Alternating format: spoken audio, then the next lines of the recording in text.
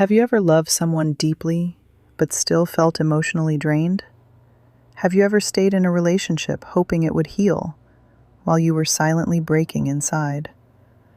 Today we're talking about emotional healing in relationships. Not just fixing the relationship, but healing you. Because sometimes the relationship isn't the only thing wounded. Your heart is too. Stay with us. Welcome back to our channel. If you're new here, this is a place where we grow in faith, strengthen our spirit, and draw closer to God every single day.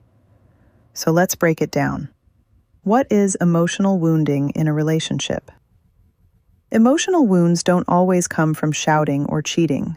Sometimes it's being unheard, feeling dismissed, constant criticism, silent treatment, emotional inconsistency, loving someone who is unavailable. And the worst part? You start blaming yourself. You start shrinking. You start questioning your worth. But hear this clearly. Needing emotional safety does not make you weak. Once have identified the emotional neglects or acknowledged that you are emotionally wounded, the healing process starts, but only with awareness. You cannot heal what you refuse to acknowledge. Ask yourself, why does this situation hurt me so deeply? Is this reopening an old childhood wound? Am I reacting from fear of abandonment? Am I tolerating what I shouldn't because I'm afraid to be alone?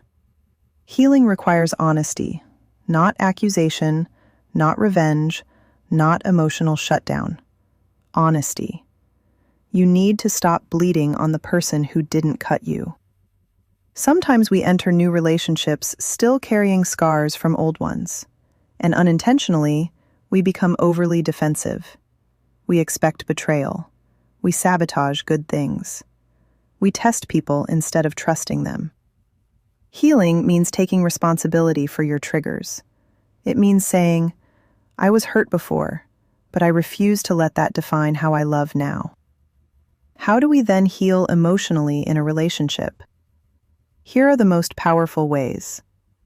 You need to start communicating your emotional needs clearly. Don't expect mind reading. Set healthy boundaries.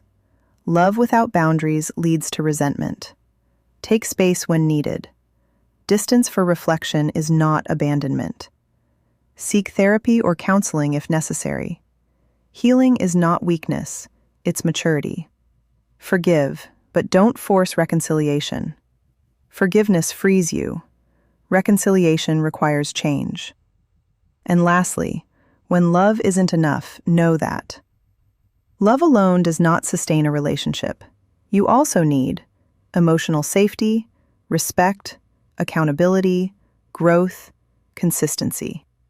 If someone keeps reopening your wounds and calling it love, that's not love. That's attachment. And attachment without healing becomes trauma bonding. Please remember that emotional healing is not about becoming cold. It's about becoming whole. You deserve a love that feels safe. You deserve communication. You deserve to feel chosen, not tolerated. And most importantly, you deserve to be emotionally healthy, with or without a relationship. If this message resonated with you, like, share, and subscribe. And comment below, I choose healing. See you in the next video.